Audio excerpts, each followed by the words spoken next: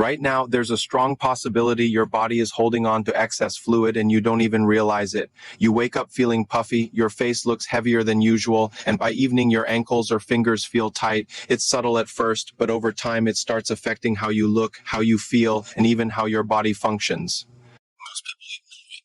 Until it becomes impossible to overlook. The frustrating part is that people try everything. Expensive treatments, massages, detox programs, even compression therapies that promise quick results. You follow the routine, spend the money, and wait for change, but nothing really fixes the issue. The swelling returns, the heaviness stays, and you're left wondering what's actually wrong. Here's the truth that rarely gets explained clearly. This is not just about water retention in the way most people think. It's about how your body manages fluid movement at a deeper level. When that system slows down or becomes inefficient, fluid begins to collect where it shouldn't. And once that process starts, it doesn't correct itself automatically. Your body has a built-in drainage system designed to prevent this. It works quietly in the background, clearing waste, removing excess fluid, and maintaining balance. But unlike your heart or lungs, it doesn't have a strong internal pump. It depends heavily on your daily habits, your movement, hydration, and posture. When this system slows down, the effects show up everywhere. Your energy drops, your skin looks dull, your body feels heavier than it should. Even your mental clarity can be affected. These aren't random symptoms, they're connected through a single underlying mechanism. Once you understand how this system works, everything begins to make sense. And more importantly, you realize that the solution is not complicated, it's just rarely explained properly. To fix a problem, you first need to understand how it works. Inside your body, there is a network responsible for collecting excess fluid and waste from your tissues. Unlike your blood circulation, which runs in a continuous loop, this system works in one direction. It collects, transports, and drains. It starts at the smallest level. Tiny vessels in your tissues absorb fluid that leaks out of your blood vessels. This fluid carries waste materials, proteins, and other byproducts your body no longer needs. Think of it like a cleanup system, constantly removing what shouldn't stay behind. Once collected, this fluid moves through larger channels and eventually returns to your bloodstream. From there, it is filtered and removed from your body. This entire process happens silently, without you feeling anything. But when it slows down, the effects become visible. One major factor that controls this system is movement. Unlike blood flow, which is pumped by the heart, this system depends on muscle activity. Every time you move, your muscles help push fluid forward. Without movement, flow slows down and stagnation begins. Hydration is equally important. The fluid moving through this system comes directly from what you drink. If you're not consuming enough water, there simply isn't enough volume to carry waste out efficiently. This leads to buildup, swelling, and discomfort. Understanding this changes everything. Instead of looking for quick fixes, you begin focusing on supporting the system itself. And once that happens, the body starts correcting the imbalance naturally. One of the biggest mistakes people make is reducing water intake when they notice swelling. It seems logical if your body is holding fluid, drinking less should fix it. But in reality, this approach often makes the problem worse. When your body doesn't receive enough water, it shifts into conservation mode. Instead of releasing fluid, it holds on to what it has. This leads to increased retention, not less. The swelling becomes more noticeable, and the cycle continues. Proper hydration works differently. When you supply your body with enough fluid, it has the ability to flush out excess waste and maintain balance. This improves circulation and allows the drainage system to function more efficiently. Timing also matters. Drinking water early in the day prepares your body for movement. As you go about your routine, muscle activity helps distribute and move that fluid. This combination is what supports proper flow. Temperature plays a role as well. Warm water is easier for your body to process compared to cold water. It integrates more quickly and supports internal functions without requiring additional energy to adjust temperature. The key takeaway is simple: hydration is not the enemy. It's one of the most important tools your body has for maintaining balance. When done correctly, it supports the very system responsible for reducing swelling. If hydration provides the material, movement provides the force. Without movement, fluid cannot circulate effectively. This is why people who sit for long periods often experience swelling, especially in the lower body. Every time your muscles contract, they create pressure on nearby vessels. This pressure pushes fluid forward, helping it move toward its destination. It's a simple mechanical process, but incredibly powerful when done consistently. Breathing also plays a role. Deep breathing changes pressure inside your chest, which helps draw fluid upward. This creates a natural suction effect, supporting the overall flow. Combined with movement, it becomes even more effective. Posture is another critical factor. Poor alignment can compress certain areas, slowing down flow. Over time, this creates blockages that prevent proper drainage. Correcting posture helps remove these restrictions and improve circulation. Activities that involve full body movement are especially beneficial. They engage multiple muscle groups at once, creating a stronger pumping effect. This leads to better distribution and more efficient drainage. The more consistently you move, the better your system functions. It's not about intensity, it's about regular activation. Even small changes in daily activity can lead to noticeable improvements over time. Now that you understand how fluid builds up, the next important question is, where does it actually go when your body clears it? Because once you understand the destination, you begin to understand how to speed up the process naturally. This is where most people completely lack clarity. Inside your body, all the collected fluid eventually travels toward larger channels. These channels act like highways, carrying fluid from different parts of the body back toward your central circulation. From there, it re-enters your bloodstream and is eventually filtered out through your kidneys. But here's the critical detail: this system does not have its own pump. Your heart pumps blood, but this system depends on external forces. It relies on movement, pressure changes, and breathing patterns to keep fluid moving forward. Without these forces, everything slows down. Think of it like a drainage system without a motor. If water is flowing naturally, everything works. But if the flow stops or becomes weak, water begins to accumulate. The same principle applies inside your body when fluid movement becomes inefficient. This is why certain people experience swelling more than others. It's not just about how much fluid is present, it's about how efficiently that fluid is moving. Two people can have the same intake, but very different outcomes based on activity and habits. Once you understand this, the focus shifts. Instead of trying to remove fluid directly, you begin supporting the mechanisms that move it. And that's where real, lasting results begin. One of the most powerful tools for improving fluid movement is something you do every single day: breathing. But not just any breathing. The way you breathe directly affects pressure inside your body, which plays a major role in fluid circulation. When you take a deep breath, your chest expands and your diaphragm moves downward. This creates a pressure difference inside your body. That pressure change acts like a suction force, pulling fluid upward from lower areas toward your chest. As you exhale, the pressure shifts again. This creates a push effect, helping move fluid forward. When this cycle is repeated with intention, it becomes a powerful internal pump that supports circulation throughout your entire body. Most people breathe shallowly without realizing it. This limits the effectiveness of this natural pump. Deep, controlled breathing increases the strength of this mechanism and improves overall flow. Combining breathing with movement makes it even more effective. When muscles contract while pressure changes occur, fluid is pushed and pulled simultaneously. This creates a much stronger movement effect. This is why simple breathing exercises can have such a noticeable impact. They activate a system that is already built into your body. You just need to use it correctly. If you want to take this a step further, there's a simple movement that combines breathing and muscle activity into one powerful action.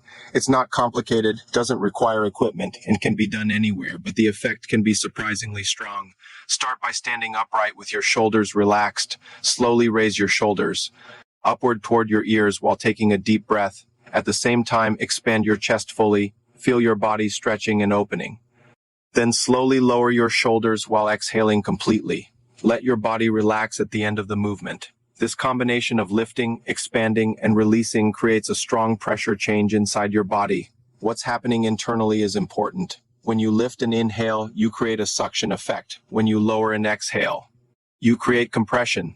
This push and pull cycle helps move fluid through your system more efficiently.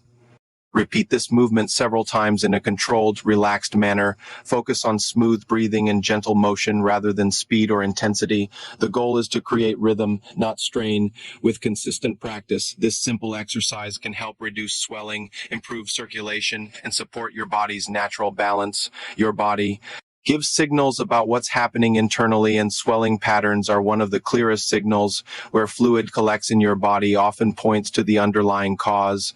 Learning to recognize these patterns can help you understand what needs attention. If swelling is mostly in your face, especially in the morning, it may be related to fluid not draining properly overnight.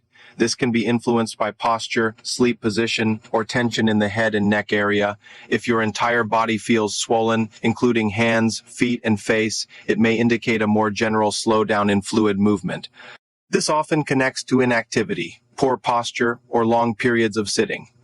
Swelling in the legs is especially common. Gravity naturally pulls fluid downward, and if circulation is not strong enough to push it back up, it begins to collect. This is why leg swelling often worsens by evening. In some cases, core strength also plays a role. Weak support in the abdominal area can create pressure that affects upward flow. This can contribute to fluid buildup in the lower body. Recognizing these patterns helps you respond more effectively. Instead of guessing, you begin working with your body's signals to restore balance. While most cases are related to lifestyle and mechanics, there are situations where swelling has a different cause. This is important to understand because not all cases can be managed the same way. As the body ages, certain systems naturally become less efficient. Circulation may slow down, and the heart may not pump as strongly as before.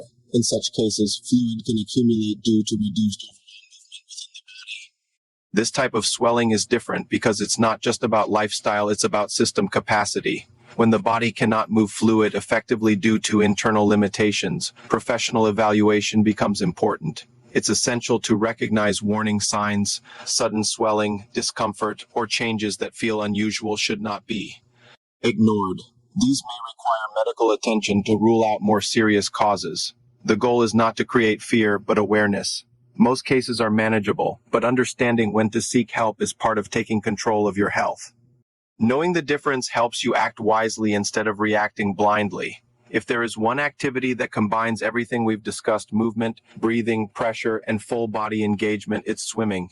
It naturally activates all the mechanisms required for proper fluid movement. When you are in water, your body is supported evenly. This removes the effect of gravity that normally pulls fluid downward.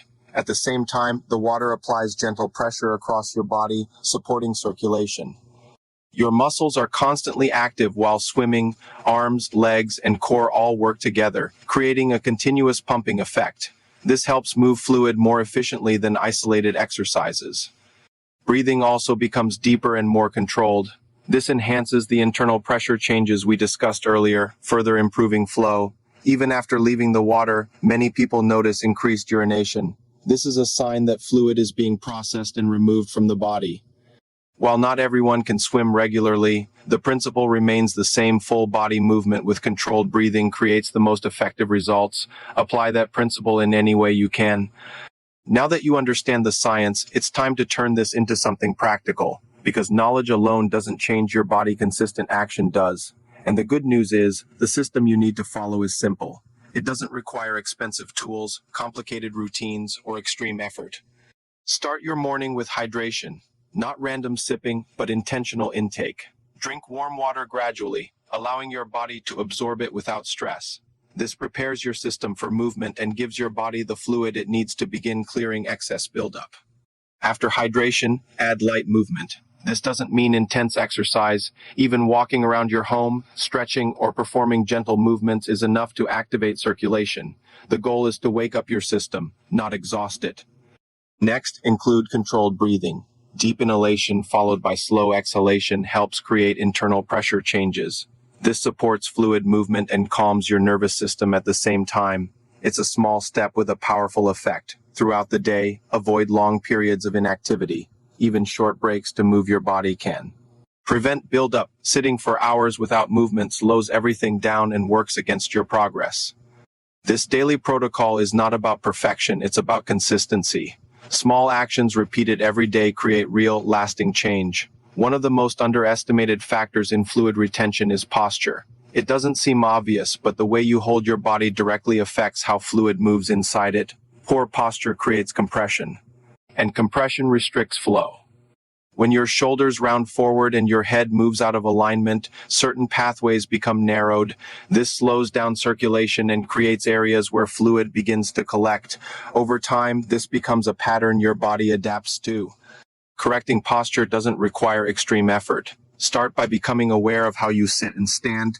Keep your spine aligned, shoulders relaxed, and head positioned naturally over your body. These small adjustments remove unnecessary pressure. When you maintain proper alignment, your internal pathways remain open.